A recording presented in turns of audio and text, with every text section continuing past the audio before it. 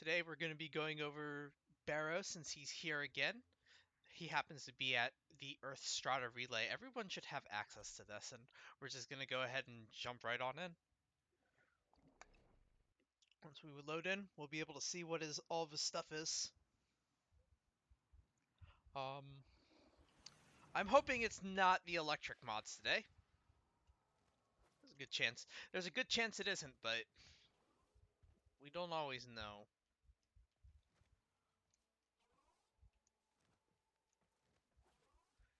And the bonfire. All right. What are you bringing for us today, Barrow? Oh. Ooh. Ooh. Ooh. Ooh.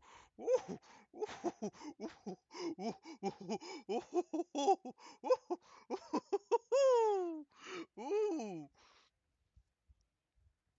Your ducats are probably safe this week. I'm gonna go out on a limb and I'm gonna say yes, your ducats are very safe this week. So the primary bulk of what he's brought here are the Expel mods, and none of those are particularly very useful since most most people are not going to be diving into a multiple hour survival mission against one faction in order to farm equipment. Most people will leave at 20. The point in which these mods become more useful than another generic damage mod that somehow increases your status is like hour 3. It's not a joke. It's like it's after like hour 3, hour 4, hour 5, then these mods become worth it. But otherwise, it's not really worth the investment into actually getting any of these mods. I would not recommend getting any of the Expel mods.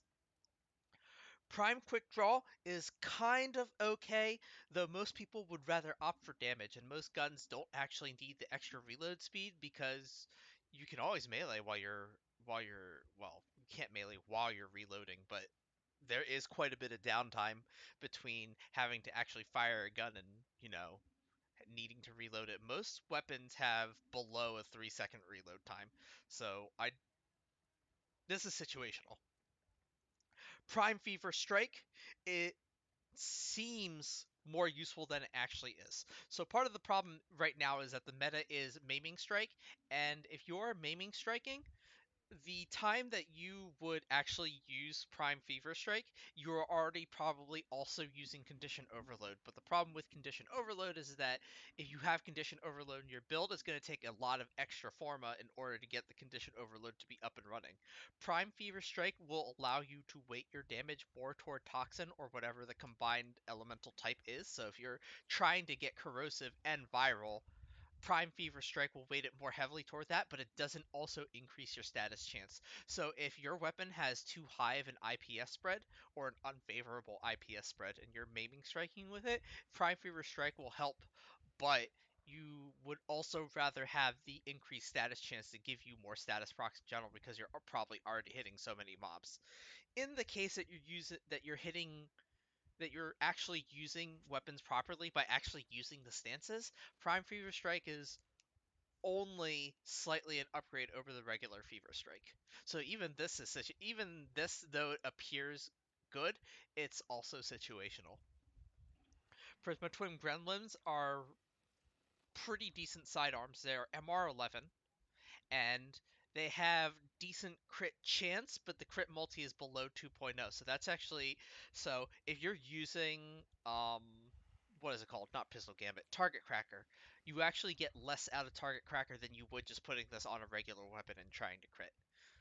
This weapon will perform better with Prime Pistol Gambit and Prime Target Cracker, but at as a weapon immediately out of the box, it's actually somewhat mediocre, and it gets better after you get prime mods, after you're able to invest format into it, and possibly even a Riven because the Riven disposition is 4 out of 5.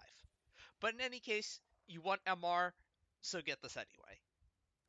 The other option here is Prisma Obex. This is not a maiming strike weapon. So it's also fists, so unless you're using it for the slam because there is an augment that allows you to slam a lot harder than normal with it, these are not weapons. This weapon is excellent for giving you MR. It's also an upgrade over the regular Obex, and I don't remember what MR this is. Actually, can you use these right away? Yeah, so you can actually use these right away. You can get these at MR0. You can get these at MR0. That's pretty decent, considering that Baro is at the Strata Relay today. But in any case, let's uh let's go check out Prime Fever Strike, since that's pretty much the only one that matters. Prime Fever Strike. Let's see. Right now it's selling for 35, and the highest that it's ever sold for was 150 to one guy. Otherwise, normally it's actually it doesn't acquire value very quickly. Yeah. So that's pretty much going to be it. Yeah, I wouldn't invest in the Prime Fever Strike if you want to make plat with Prime mods. This is a very your Ducats are safe week. Use these, farm up more Ducats, do whatever, but don't. This is not a week to actually spend your Ducats on mods for for the purposes of reselling them. The demand the demand isn't there. Volume for the past 3 months, right? Volume. The most it ever sold was yesterday with a volume of 30. I think that's probably because some people were expecting it. Oh, actually, no, that's awful. Wait a minute. Ooh, the price dropped down the other day. Oof. Yikes. Yeah, this is Prime Fever Strike is not worth investing into if you want plat. Neither is Prime Quick Draw. Quick Draw. Yeah, Prime Quick Draw. Wow. So this price probably didn't even get affected by the fact that it existed. Yeah. Prime Quick Draw. The highest it ever sold for was 90 once a month ago. That is awful. But there's not much we can do about that. I'm still predicting that the electric mods are coming in 2 weeks because normally the electric mods come out right after the hybrid fire mods, but they didn't show up this time. And if you want to wait for the hybrid electric mods, you're gonna have to wait another 2 weeks. Otherwise, you're gonna have to get either one for about 100 plat.